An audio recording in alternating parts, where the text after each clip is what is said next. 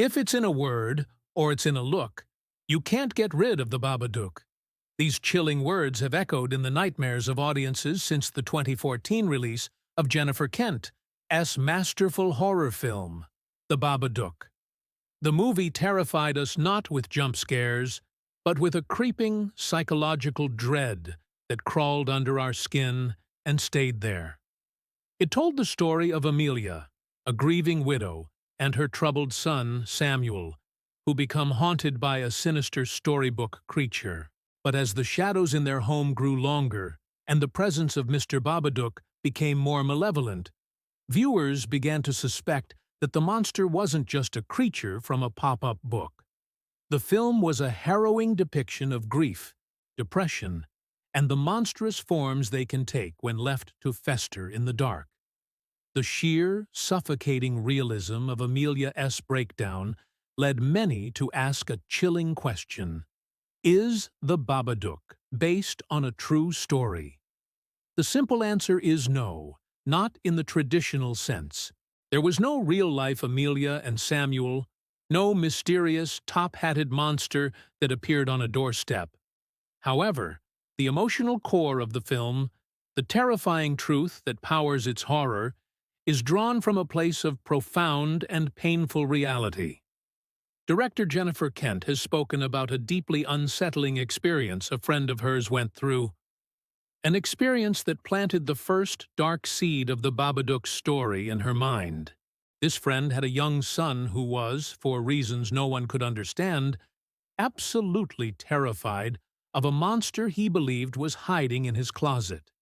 His fear was not a childish whim. It was an all-consuming, visceral terror. He became obsessed with the idea of this entity, crafting homemade weapons, a small crossbow, makeshift darts, to protect himself and his mother from the thing he was convinced was coming for them. The mother, in turn, found herself trapped in a waking nightmare. Her son's relentless fear began to infect her own psyche. She was exhausted, isolated, and increasingly frightened, not of the monster, but of her son's volatile state and her own fraying sanity. The line between his delusion and her reality began to blur. She found herself checking the closet, her heart pounding, half expecting to see something lurking in the shadows. This real-life scenario, this terrifying feedback loop of fear and anxiety between a mother and child, became the foundation for The Babadook. Kent was fascinated by the idea of what happens when a child's imagined fear becomes so powerful it manifests as a real and tangible threat within the family dynamic. She wasn't interested in a literal monster. She was interested in the monster that fear itself can create. The true story, then, isn't about a creature, but about the suffocating, monstrous nature of unresolved trauma and the terrifying ways it can poison the most sacred of bonds. To understand the Babadook, you must first understand grief. From that moment, grief is not just an emotion in Amelia's life. It is the architect of her reality. She lives in a house of muted grays and blues, a visual representation of her suppressed sorrow. She cannot bring herself to celebrate Samuel's birthday on the actual day it falls, as it is also the anniversary of Oscar's death.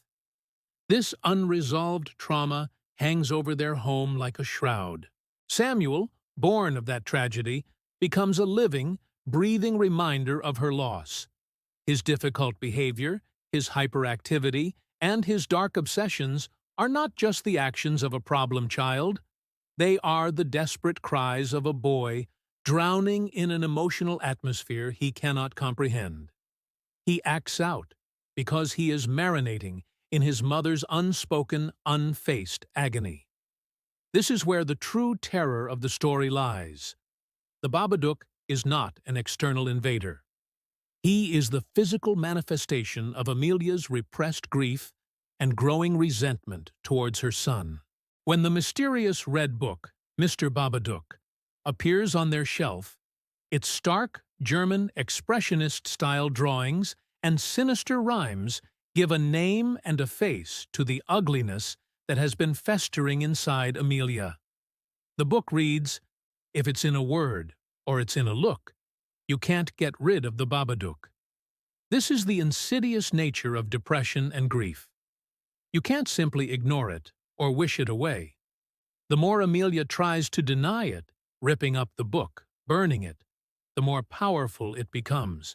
The book returns, pieced back together, with new, more horrifying pages depicting her murdering the family dog and then her own son. The Babadook is telling her what the darkest part of her already knows. Her suppressed pain is turning into a monstrous rage, a rage directed at the person she is supposed to love the most. The transformation of Amelia from a loving, albeit exhausted mother into a vessel for the Babadook's malevolence is one of the most disturbing and realistic portrayals of mental collapse in cinema. Her body contorts, her voice drops into a guttural growl, and her eyes become filled with a hatred that is terrifying because it feels so horribly plausible. We witness her starve her son, verbally abuse him, and her hands, possessed by this inner demon, wrap around his throat. This is the ultimate taboo, the inversion of the maternal instinct. The true story behind The Babadook is the story of postpartum depression, of the overwhelming weight of single parenthood, and the unspeakable thoughts that can haunt a mind cracking under pressure. Jennifer Kent forces the audience to confront a deeply uncomfortable truth, that the capacity for monstrousness exists within all of us, especially when we are pushed to our emotional breaking point. The Babadook is the name we give to the part of ourselves we are most afraid of. The film's visual language is steeped in the history of horror, drawing heavily from silent-era films and German expressionism to create its atmosphere of dread. The design of the Babadook himself, the top hat, the long coat, the pale, distorted face, is reminiscent of figures from films like The Cabinet of Dr. Caligari or Lon Chaney's lost film, London After Midnight. This was a deliberate choice. These early horror films often used distorted sets and shadowy cinematography to represent the internal psychological states of their characters. The world was nightmarish because the characters' minds were in turmoil. By invoking this style, Kent reinforces that the horror of The Babadook is internal. The house itself becomes a character, its dark corners and long hallways mirroring the shadowed recesses of Amelia's mind. The Babadook is not just hiding in the closet. He is the closet. He is the darkness that lives inside the walls of her psyche. Ultimately, the film's conclusion is where its connection to the true story of dealing with mental illness becomes most apparent and, in many ways, most terrifying.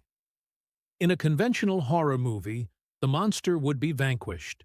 The heroes would find a magic spell or a silver bullet, destroy the evil, and restore order. But the Babadook denies us this simple resolution. Amelia does not kill the Babadook. In a powerful, cathartic climax, she confronts it, screaming at it, acknowledging its presence and its power over her, and banishing it not from existence, but to the basement. The final scenes of the film show a transformed family dynamic. The house is brighter, filled with color and life. Amelia and Samuel are affectionate and happy. She has even, for the first time, celebrated his birthday with a magic show in the backyard. But the monster is still there.